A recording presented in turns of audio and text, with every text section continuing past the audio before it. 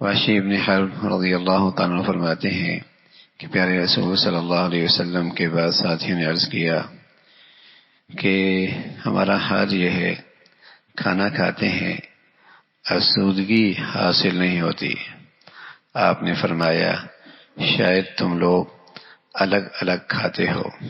ان عرض کیا ہاں الگ الگ کھاتے ہیں۔ آپ علیہ الصلوۃ والسلام نے ارشاد فرمایا تم کھانے پر ایک ساتھ بیٹھا کرو، اللہ کا نام لے کر بسم اللہ کر کے اجتماعی طور پر کھایا کرو، پھر تمہارے واسطے اس کھانے میں برکت ہوگی اور اس کے بعد طبیعت سیر ہو جایا کرے گی۔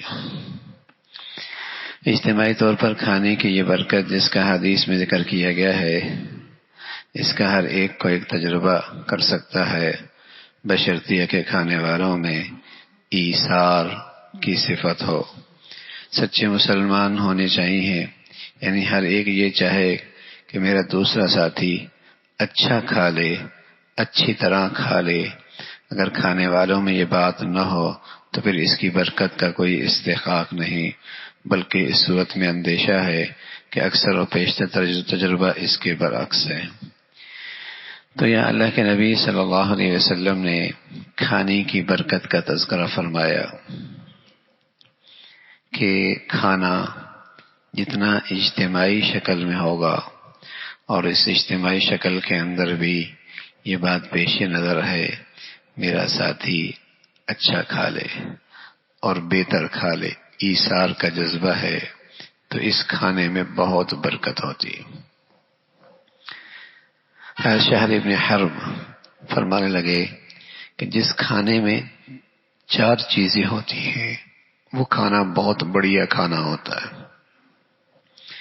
ایک تو وہ حلال آمدنی پاکیزہ مال سے بنا ہوا ہو، دوسرا اس کے آغاز میں اللہ کا نام لیا جائے، تیسرا اس پہ کھانے والے لوگ زیادہ ہوں، اور چوتھا یہ ہے کھانے کے بعد اللہ کا شکر ادا کیا جائے۔ الحمدللہ الذی اطعمنا وسقانا وجعلنا من المسلمین، جو شکر ہے، جو کھانے کی دعا ہے۔ یہاں بھی اللہ کے نبی صلی اللہ علیہ وسلم نے اسی کا تذکرہ فرمایا ہے کہ کھانے سے پہلے اللہ کا نام ہو جائے، کھانے پہ اجتماعیت ہو جائے، اور پھر کھانے کے بعد اللہ کا شکر ادا ہو، اس کھانے میں بڑی برکت ہوتی ہے، کھانے میں بڑی برکت ہوتی ہے۔ یہ مسلمانوں کا پاکیزہ اور خوبصورت تہذیب ہے، جہاں ہر طرف محبت کا اظہار، ایثار، ایک دوسرے کی خیر خواہی کا مبارک جذبہ موجود ہوتا ہے، وہاں اللہ کی خاص رحمت ہوتی ہے۔ جابر فرماتے ہیں کہ پیارے رسول صلی اللہ علیہ وسلم سے میں نے سنا، آپ فرماتے تھے ایک کا کھانا 2 کے لیے کافی ہو جاتا ہے، اور 2 کا کھانا 4 کے لیے، اسی طرح 4 کا کھانا 8 کے لیے بھی کافی ہو جاتا ہے۔ جب اللہ رب العزت برکت دے دیں تو تھوڑے کھانے پہ لوگ زیادہ ہیں اور ہر ایک میں ایثار کا جذبہ ہے، اللہ سب کو سیر کر دیتے ہیں، اللہ سب کو سیر کر دیتے ہیں۔ اور پھر سب سے بڑی بات اس کھانے میں برکت کا مطلب یہ ہوتا ہے کہ وہ اس سے جسم کو توانائی ملتی ہے، خون ملتا ہے، جگر صحیح کام کرتا ہے، معدہ صحیح کام کرتا ہے، آنتوں کا نظام صحیح رہتا ہے، اس لیے کہ اس کے اندر برکت آ گئی ہے۔ اور پھر اس سے جو جذبات ابھرتے ہیں وہ نیک جذبات اٹھتے ہیں، اچھے جذبات اٹھتے ہیں، نیکی کے جذبات پیدا ہوتے ہیں، اس لیے کہ اس کھانے میں برکت ہے، اس میں نیکی کے جذبات اٹھتے ہیں، اچھے جذبات اٹھتے ہیں، نیکی کرنے کی طرف طبیعت چاہتی ہے، یہ کھانے میں برکت ہے۔